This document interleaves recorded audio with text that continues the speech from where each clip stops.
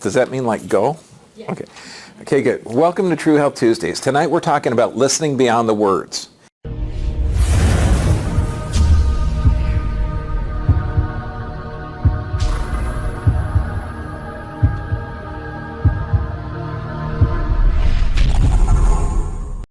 Which is really, really easy if you don't have any personal hang-ups, any judgments, any preconceived notions of who you're speaking with. If you have, because we all base our decisions on our past experiences. So if you have certain past experiences, and we do this because of how we're raised.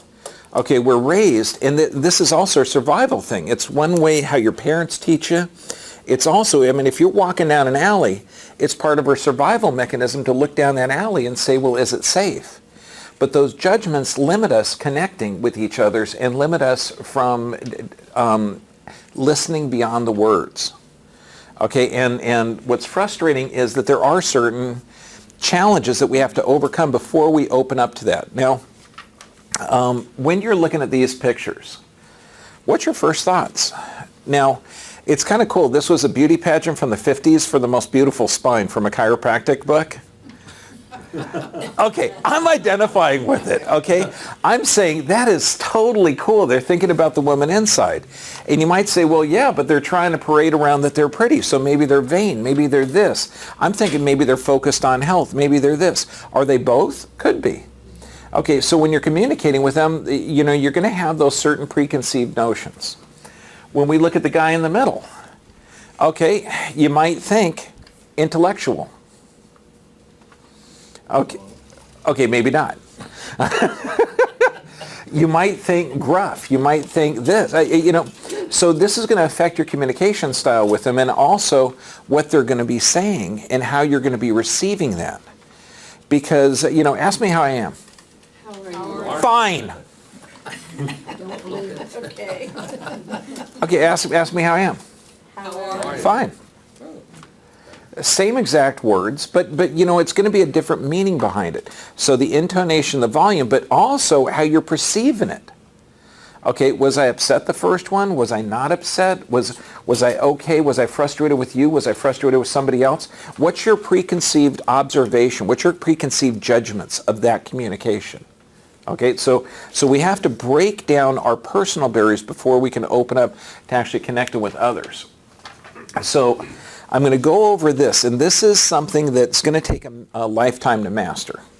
Okay, we're going to go over on how to do this, but this is going to be done each time you meet someone. First, identify your feelings. When you're talking to someone, you're going to have that first judgment, but to identify actually what you're feeling is huge, because the person you're dealing with is going to have, you got a good chance that they're having the same feelings. So if you're communicating with someone and you're feeling frustrated and unheard, guess what that person's feeling? Frustrated and unheard. Okay, if you're feeling joy and connected, the person's feeling joy and connected. So this gives you a clue to what you're feeling, what they're feeling. And it's tough because you have to actually reveal this. A lot of times we're in a situation where you're talking down or giving an informational. That's not really how this works. Okay, even teachers have to connect with the students. Spouses for sure have to connect with their spouse. Parents, if they're good parents, well, not good. If they want to have effective teaching to the children, they're going to have effective connection with the children. When we look at the next one, identify your judgments. This is huge. You go in a conversation and you say, sure, I'll talk to that vain son of a, I mean, yeah, you know, he was incredibly rude to me last time. Okay, you know, I'm okay. I'm ready for that. You know, oh, good. He's wearing a white jacket. Okay, that arrogant. Okay, so you got to be aware of your own feelings, because your feelings are based on past experiences. Those past experiences are getting a judgment. The judgment is producing an emotion, which is a chemical inside of your brain that's going to negatively affect or positively affect. It's going to affect your communication in some way. Okay, does that make sense? You see a white jacket, you could say, wow, man, that's a loving, giving, caring person who's devoting his life to taking care of others. Or that son of so-and-so is probably vaccinating and injecting some toxic chemicals in people, calling it a flu vaccine, okay? So identify your judgments, because that's the limiting. The judgment is what you think based on past experiences that's going to occur in this interaction. Identify how you have those same traits. So if you're identifying that this person's rude or loving or joyous or antagonistic, okay, the way that you can do it is identify those feelings in yourself. Do you ever think the Dalai Lama loses it? Has to. It's absolutely a delusion if you think that you're 100% mellow and happy all the time. That's a delusion that's not possible. Okay? It's a delusion to think that you're angry and frustrated all the time. That's a delusion. Okay? There is always a balance of sensibilities. It's the law of the universe. You're going to have highs and lows. And it's okay to express them. It really is.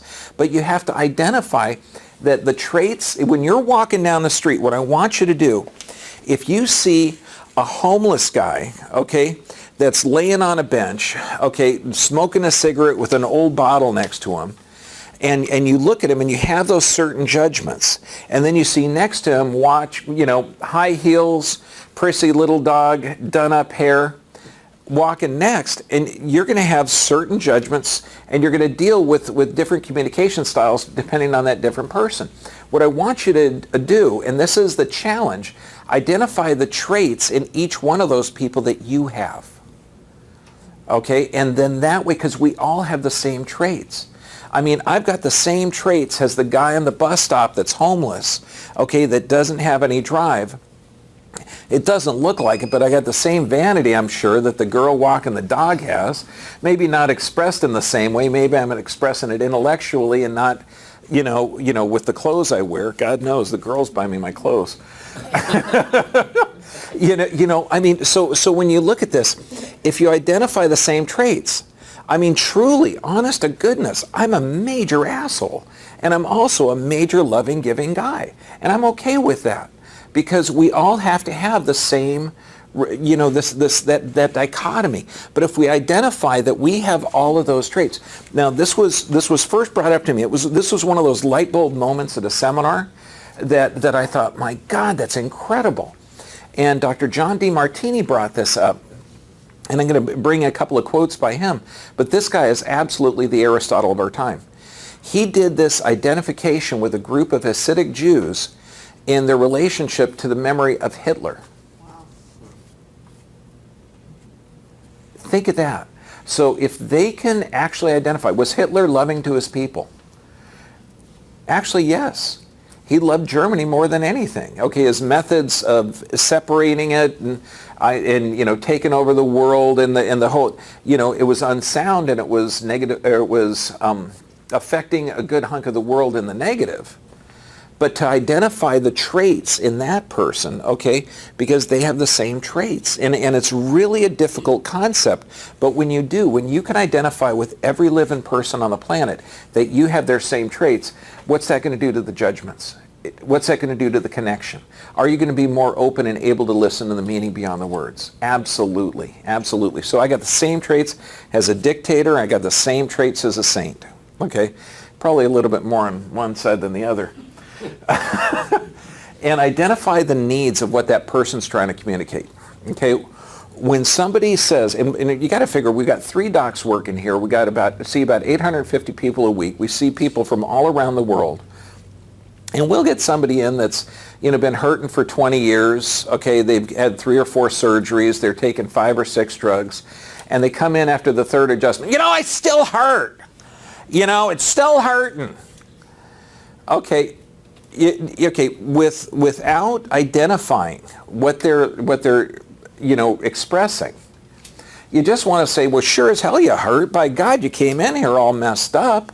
What do you think I am? I don't walk on water. Almost. You can't say that, okay? Because that's not what they're saying. When they say, I still hurt, what they're really saying is, damn it, I'm scared. I've been to a dozen different doctors. I've been promised a bunch of stuff, and nobody's come out. I don't know if I'm going to be alive or dead in a couple of years. I don't know if I'm going to be able to play with my grandkids or my kids. It's fear. And that's what you got to express to them. And when you explain what's going on with their body, how their body's going to heal, what reactions they're going to have, and you identify to the meaning behind the words, you develop a connection that's beautiful. And with everyone, with every interaction, once you deal with that interaction effectively, you're left with solely love and gratitude 100% of the time. It doesn't matter if you're talking with a frustrated person, with the rich person, poor person, drug addict, gang member, it doesn't matter. We're all the same. We're all the same. And observe without judgment, that's mastery. That's something that's going to take years. And then the last one, enjoy the connection. Because when you find out, like, oh my God, this person really is beautiful, that there is, that caustic nature isn't really there. I mean, the owner of the center, I'm talking to him, and he's a very, very caustic guy, very caustic guy. And, you know, he's going, yeah, you know, when are you going to come in? You know, when are you doing this? And, you know, I've known him for about 8 years now. Now, I consider him one of my best friends. Well, he had part of his thumb missing. I said, hey, you know, how'd you lose your thumb? He says, well, when I was in the German concentration camp, the German soldiers gave us kids live grenades to play with, to throw it back and forth to see which one would blow up. And all of a sudden I'm going, this guy was a teenager in a concentration camp in Germany, and then he got out of that. He fought for Israel before Israel was Israel. And all of a sudden it was like, my God, he's not caustic. He's an adventurer. This guy has seen the world. I mean, he's got a heart. And all of a sudden it was like, wow. I mean, and that's what we all are. Nobody knows the courage and the strength and stuff that the other person's gone through. And now this is an article with way too small a print, but I'm going to do a talk on measles coming up. Okay, and remember, we all have traits of saint and sinner. This is the kind of stuff that drives me crazy. Now, this was a study done in 1983, a computer model, because they found out that the measles vaccine, when this thing was out for about 20 years, and there was no real study of vaccinating a population long-term with one vaccine. No study ever. And so the first line of this, little is known how an intensive measles elimination program changes the overall immune status of a population. Did you know that? Little is known. So what they did is they ran a computer model, and they found out that the pre-vaccine era, about 10.6% of the population was susceptible to measles. The reason it was only 10.6 is because most of the adults had it and they had lifetime immunity. So, and most of the children less than 10 years age was effective. If anyone's 50 or older in this audience, you know, we used to have measles party. You'd go over, you'd get measles, you know, you'd get ice cream for a couple of days and you'd be fine. And with the institution of the measles immunization program, the proportion of susceptible to the population fell to 3.1%, 1978 through 81. Now, what that's interesting is before the vaccine, it was 10.6. After that, it was 3.1. Why? Because the same drug doesn't work the same way in everybody, okay? And the same drug or therapy, such as a vaccine, so taking, you know, infected viral tissue and preservatives and aluminum and all the other adjuvants in there and injecting it into a muscle won't initiate the same immune system response in everybody. Go on. Duh. So when we look at this, it's interesting, and here's the study. They said, well, yeah, we're starting to vaccinate, but we're also seeing a rise in measles of 0.1% a year. And so, now remember, this is 1983. There were 10 vaccines total. In 1986, they passed the act that made vaccine manufacturers and the people initiating the vaccines, as long as they're on the vaccine schedule, immune to any prosecution. So they took away all liability. So now you have a liability-free product, so it doesn't really matter if anyone gets hurt or injured. So now the profit went up. And so when this was done, there were 10 vaccines. After this was done in 86, it jumped to 36 vaccines, before 2. So they're saying by 2050, the number of measles cases brought on by the shot will outnumber the pre-vaccine era. So the results of the study suggest that measles elimination in the United States has been achieved by an effective immunization program aimed at young susceptibles combined with a highly naturally immunized adult population. However, despite short-term success in eliminating the disease, long-term projections demonstrate that the proportion of susceptibles in the year 2050 may be greater than the pre-vaccine era. Their computer model was based on 10 vaccines, not 36. Of course, now it's about 84. Okay, so we're increasing it exponentially. This is why we're seeing a lot of measles outbreaks now. Present vaccine technology and public health policy must be altered to deal with this eventuality. Well, was that like, oh my goodness, perhaps we should change it? They did. They added more. The reason I'm bringing this up is because if I'm communicating with somebody, doing a toxic therapy to people that I love, okay, my patients, I need to go through that. Do I have these qualities of where I'm a little bit forceful, that I'm a little bit one-sided on health? Yes, I do. And by God, I got the science to back it up. These guys also have science. It's actually skewed science where they're comparing one vaccine to another vaccine. That's not a double-blind study. The science is not actually there when you look at the actual data. But so now I've got to identify with this. I just want to bring up a frustration because I'm dealing with doctors all the time. You know, not a lot of them call me up and ask me how did I get their patient off of diabetes or off of blood pressure or off of cholesterol or off of antidepressants or off of antacids, or how did the brain tumor go away, or how did the tumor inside of the abdomen go away, or how did the arthritis reverse, how did the post-X-ray happen?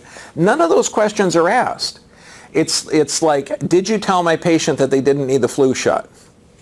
You know, I said yeah. Because honest, the doc, you know they're grown in. See, when you're dealing with people that think that they know a lot, okay, when they really don't, you have to use two things, okay? Obviously and as you know. Okay, you use those two words to communicate, you'll be okay. Okay, so if somebody says something like that, you say, well, Doc, as you know, in the last couple of years, they've been growing the vaccines in neoplastic cell growth medium, which is cancer-causing cells. And so obviously, if you're injecting cancer cells along with a pathogen, as you know, they're doing post-marketing surveillance to document how many cancer cases are grown from the flu shot injection. So, see that? Okay, good. Yeah, that's how you communicate with people. Okay, when we look at this, okay, now, because I'm talking about connecting, I'm talking about the energy behind the communication. Okay, the World Economic Fund, what they're talking about here is in their business dealings. Okay, they're talking about accessing their self-awareness, identifying their emotions, emotional intelligence in order to be successful. We should do a talk on wealth, because wealth isn't wealth. Wealth is an energy. Okay, this is, and people are energy. So everything boils down to the amount of energy that you're putting out and the energy you're getting back. So even in the business world, they notice it. Now, there's certain areas of your life. Dr. DeMartini has 7. This one here has 8. When you look at this, if you're not mastering every area of your life, someone else will. So this is where, you get the businessman who's mastering business, but he's not mastering his own personal health. Who's he going to hook up with?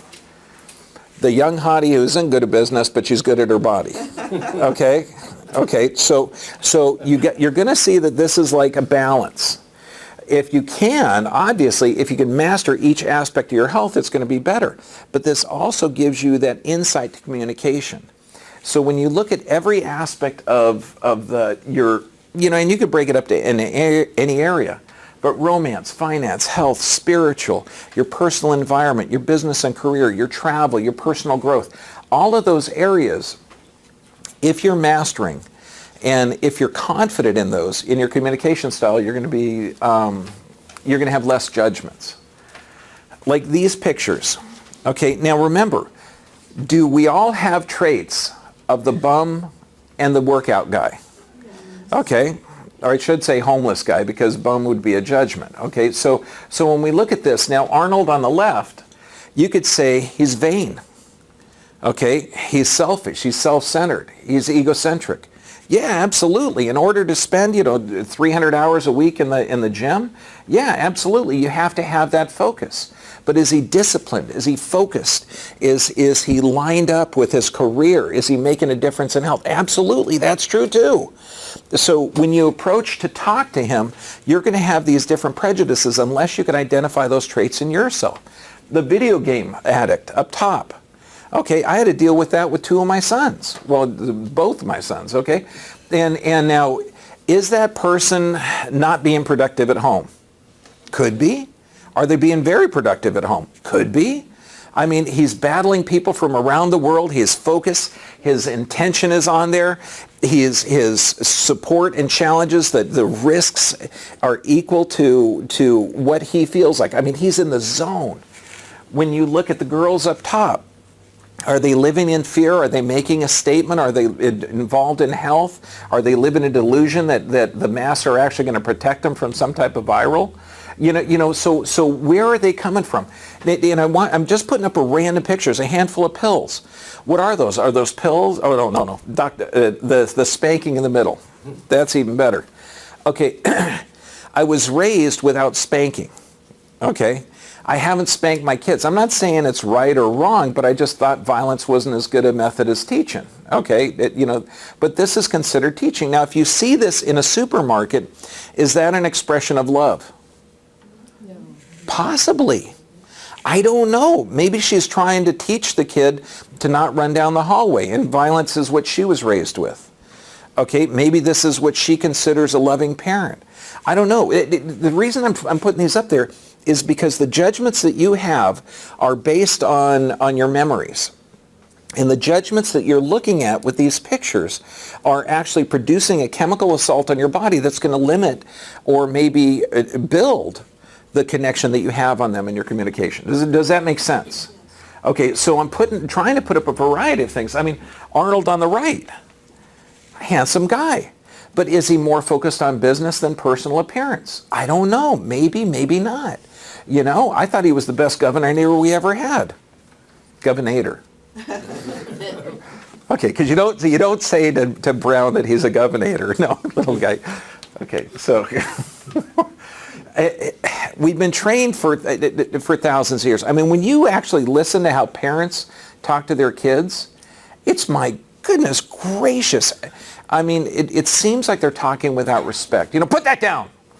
And it's like, gosh, you would never say that to your spouse. I mean, you would never say that to someone you love. But do you see what I mean? But that's how we're trained.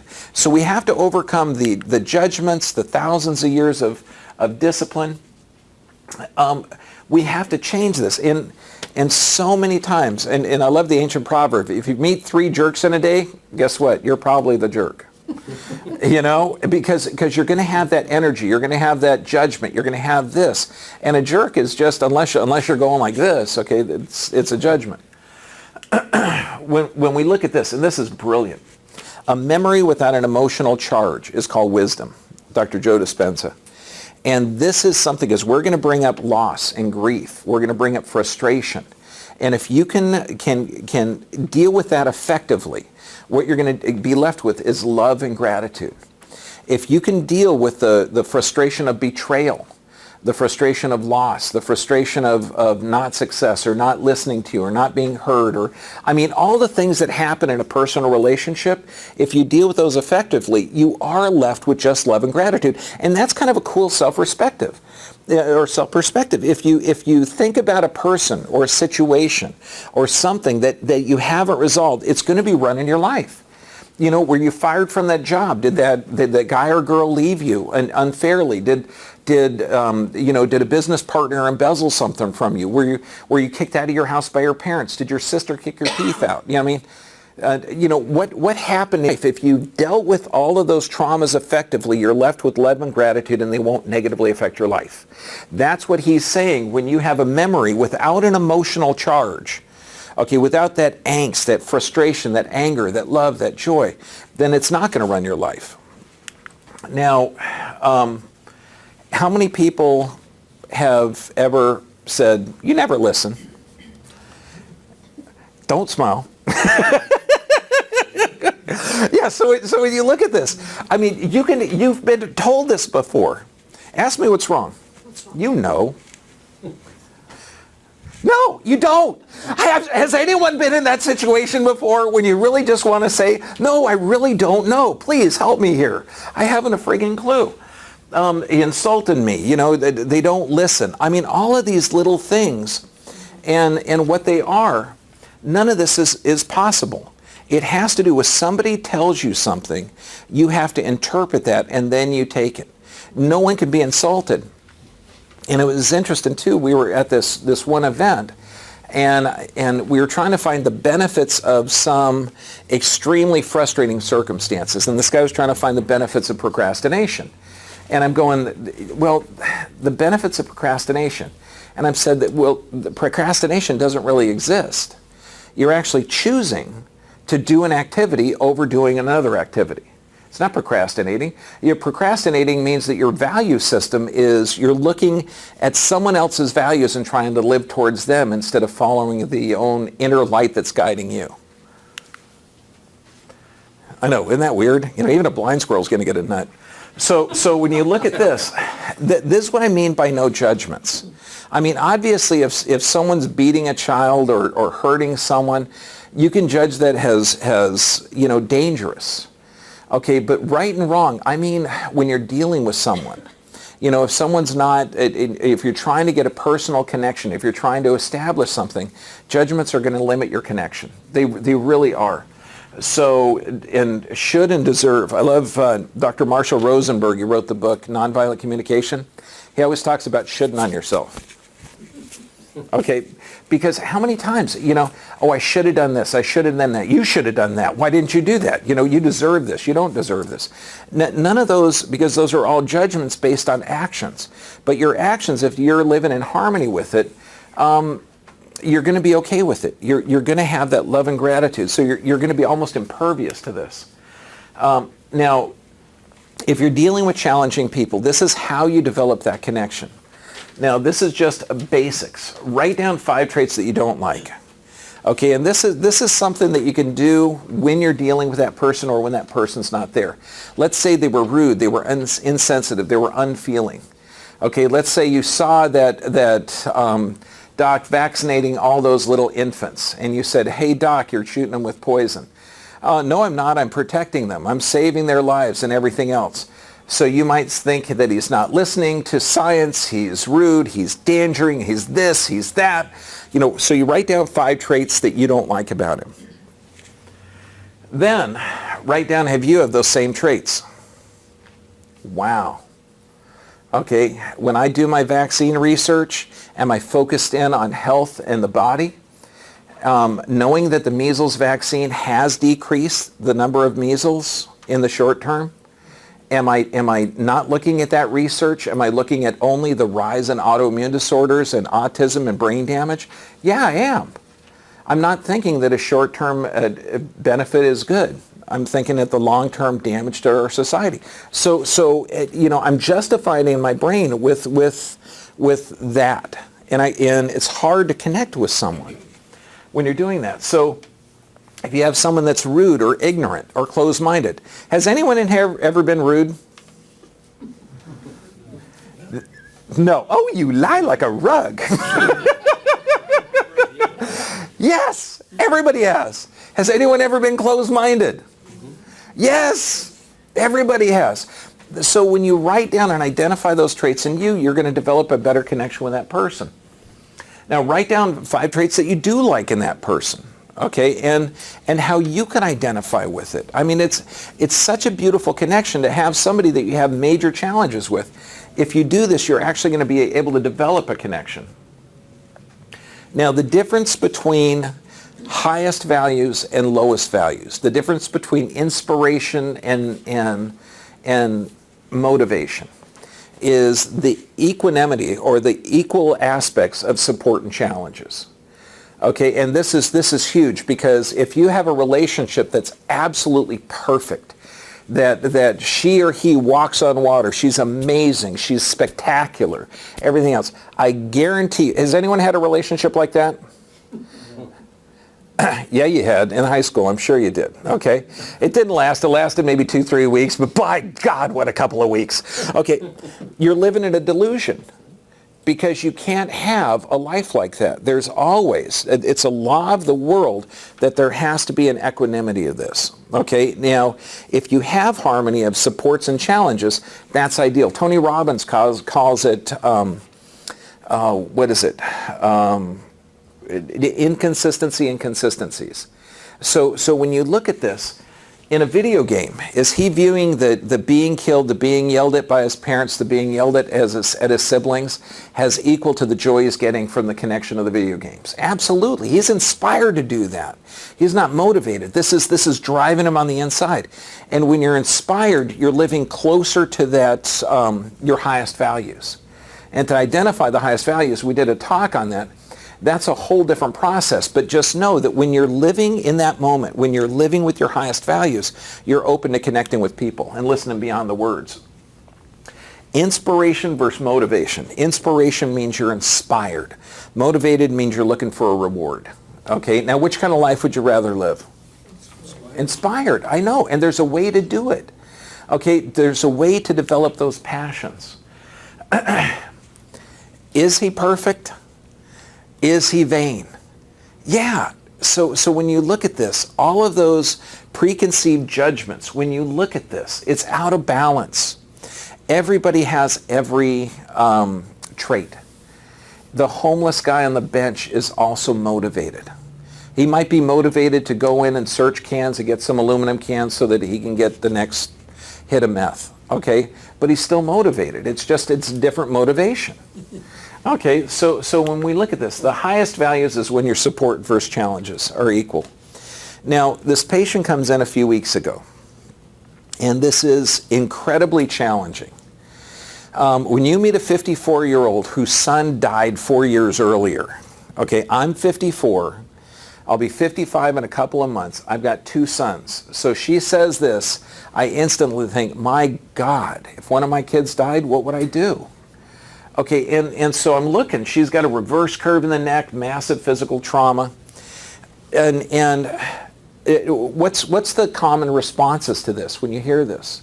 Do you say, oh, I'm so sorry? Really? How do you know? I don't. I can't identify with that. You know, it must be tough for you. How do you know? Is it tough? Is it challenging? Are there happy points? Are there sad points? Yeah, it's going to be everything.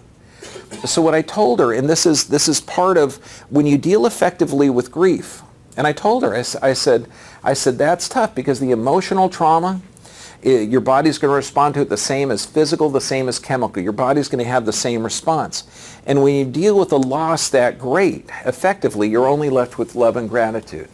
And if you like, I can help you on how to deal with that event. Okay, and it was beautiful because I think I'm the first guy that never said, I'm sorry for your loss. Because how the heck do I know? I can't identify. I can't put myself in her shoes. She might be even relieved in parts of it because people are. How many people in here had a relative that died and you're a little bit relieved that their suffering's done?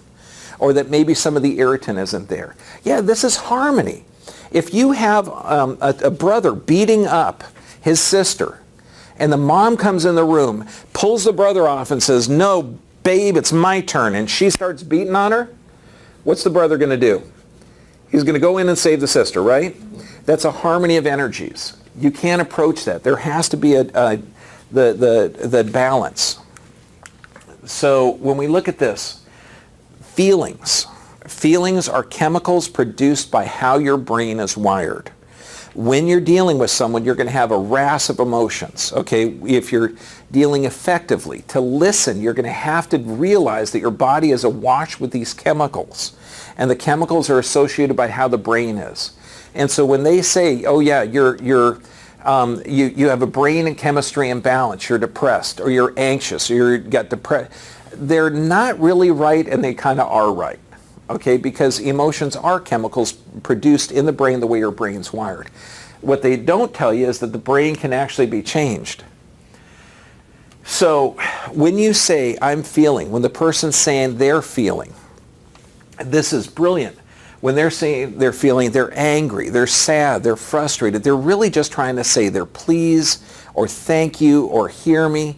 This is the art. But in order to hear that, the meaning behind the words, you got to connect with your feelings and eliminate, do observation without judgment. This is one of the toughest things ever.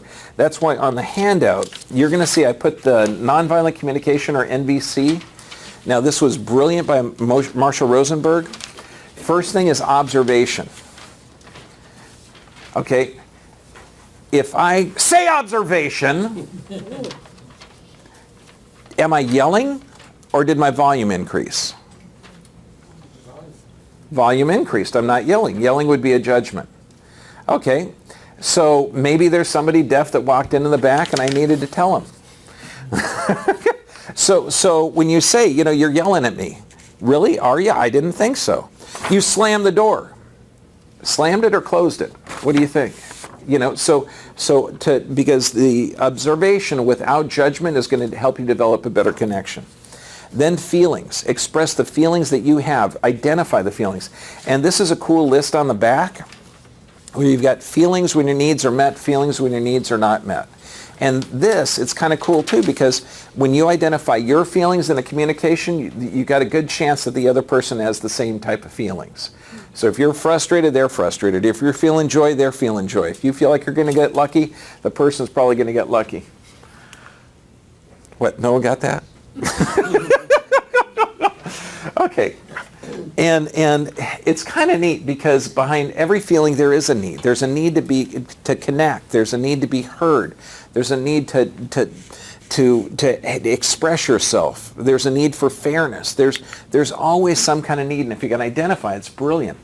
What I typically do in order to change the wiring of the brain, you'll see the top thing here, feelings when they're met. Okay, feelings when your needs are met. And the bottom, feelings when your needs are not met.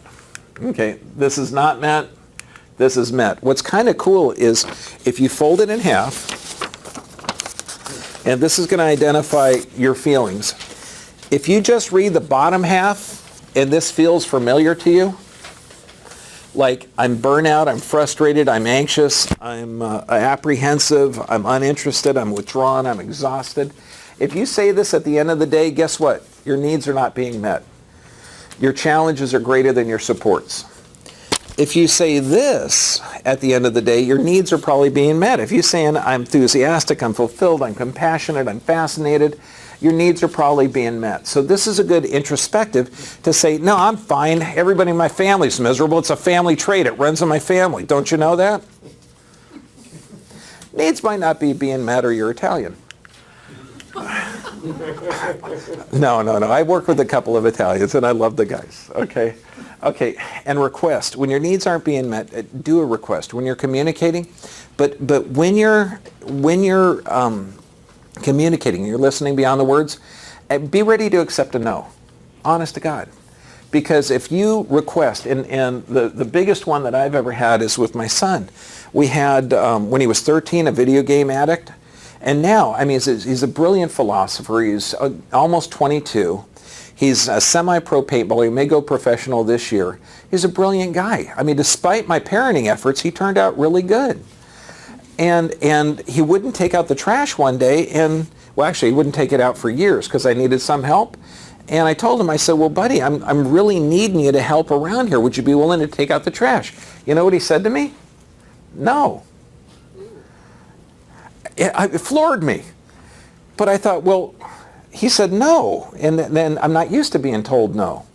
And then I said, well, is there something else you'd rather do? And he said, yeah, I pick up the dog poop. When your backyard is all tile and you got a dog that poops mountains, a 40-pound dog that poops 30 pounds of shit a day, you've got to pick up the poop and wash off the tile and wash the yard. This is an hour project. So I was impressed. Okay. And I said, really? Cool. So this is just a rough overview. Observations, feelings, needs, requests. And people generally want to connect with you when they're talking. Sometimes people want to just be heard. Okay, and this is one thing that guys mess up with in relationships. At the end of the day, a woman just wants to talk. She's not looking for solutions. Okay, so if you say, well, honey, do you want me to help you solve this problem? No, I just want to talk about it. Okay, cool. You know, and it's kind of neat because this way it frees you up. Realize that, I mean, we are all raised with this old model where what an atom is. Because when you look at this, you're looking at an organ system called skin. If you take this down into the cells, and the cells into molecules, and the molecules into atoms, this is what you were raised with, to think that what an atom is, that it's a nucleus surrounded by protons, neutrons, electrons. Okay, that's not true, because when you take this down, it turns out that it's quarks, and quarks just blink in and out of energy. So this is actually the new model for the quantum atom. This is actually what you are. You're actually the 70 trillion cells that are actually bits of energy blinking in and out, and it's just an illusion that your cells are held together in one space because of a ball of energy. And this is tremendous, because if you realize that every person is energy, I mean, we're all related. Okay, does that make sense? It's kind of neat. It's like a next one. I mean, here's another one. And this gal, I don't know why. Losing a kid for me seems to be like the toughest thing, and luckily I'm older than my kids, so I'll probably go before them. But when you look at this 37-year-old gal, joint pain, she lost her youngest kid at the holidays in a traffic accident, and she comes in, and everybody you can't connect with that, but when you connect with the joy that kid was, okay, that the child was full of energy. And you explain this to the mom, and you say, well, you know, the child, we were so blessed because kids, and this is what I told her, I said, kids pick the parents. The child knew that you were going to be the greatest mom, even though the kid was here for just a short time. And she said, you know, I felt that. And it was, because how can you say I'm sorry for your loss? You don't know. I mean, it's just a way to be honest and to connect with someone in a particularly challenging circumstance. Okay, does that make sense? Because when she deals with this loss effectively, what's she going to be left with? Love and gratitude. That's it, for the love and the joy that kid's been with her. Now, this is the mastery. And I'm putting it up one more time. When you're dealing with someone, identify your feelings. Identify your judgments, because these are limiting, and they're going to focus your conversation in a direction that's going to limit your connection. Identify how you have those same traits that you're judging. Are you rude? Are you joyous? Are you saintly? Are you a sinner? Yeah, we all are. You know, except for those people in the TV preacher channels. Identify the unmet needs. Okay, what they really want to be heard. Okay, and this is going to be huge. When they say you're not listening, what they need a better connection. They need to be heard. So listen to those meanings. Observe without judgment. That's mastery. Just be accurate in what's going on and explain that. If someone's saying, you know, you're raising your volume, and when you close the door, I thought I was a little bit too strong. I thought you might have closed it out of anger. When you did this, so if you explain it directly, not you slam the door, you slam this down, you did this, okay, observe without judgment and enjoy your connection, honest to God, because that's when you learn to listen beyond the words, you develop a connection with everybody. And it doesn't matter. I mean, we've got a lot of people in here that are famous from around the world, and we got the same connection that the laborer that comes in on the construction site next door. You know, I mean, we're all the same energy. It's really cool. So this is what you actually need to develop that communication. The subluxation, when we always put this up, the subluxation is limiting the energy that goes from the brain down to the body, because you're more energy than matter. And regular exercise, that detoxes the system. And it also allows your brain to function correctly so you can have healthy chemicals. Proper nutrition, and just had a kid today, 2 years old, and he couldn't speak because of a vaccine injury. His mom brings him in. We got him adjusted, got him on a healthy diet. His violent behavior and violent outbursts, and only 2, he was actually able to speak after about a month of care. He comes in today, and he's a little bit grumpy and everything else. I touch his abdomen, and his abdomen is like a balloon. Okay, it's now swollen. And I said, stop feeding him poisonous food. She said, well, he only had a little bit of cheese and cake. And I said, well, hon, the cheese that you fed him has bovine growth hormone. It's illegal to sell this garbage in Europe. They're smart. You know, I don't even think China would accept this stuff. Okay, so don't feed the poisonous food to the kid. Because what's in his gut? Serotonin. I mean, this is proper nutrition. Okay, sufficient rest and prayer and meditation. This is actually getting a connection with God, the energy source that we all come from. That's pretty cool. Okay, now next week, I won't be here. Janine Stewart's going to be talking about skin health. We'll be in the Caribbean, won't we? Yes, on a teaching cruise. It's kind of weird. I've never taken a week off from work. I've been practicing for 18 years, and I'm scared. And I'm really expressing that because I'm okay with getting up at 4 o'clock in the morning, working until 8:30 at night, but I don't know what to do on a cruise. So luckily we're going to have a couple of health classes and do some things. So next week we won't be here, but they're going to be talking about skin health. So thank you very much.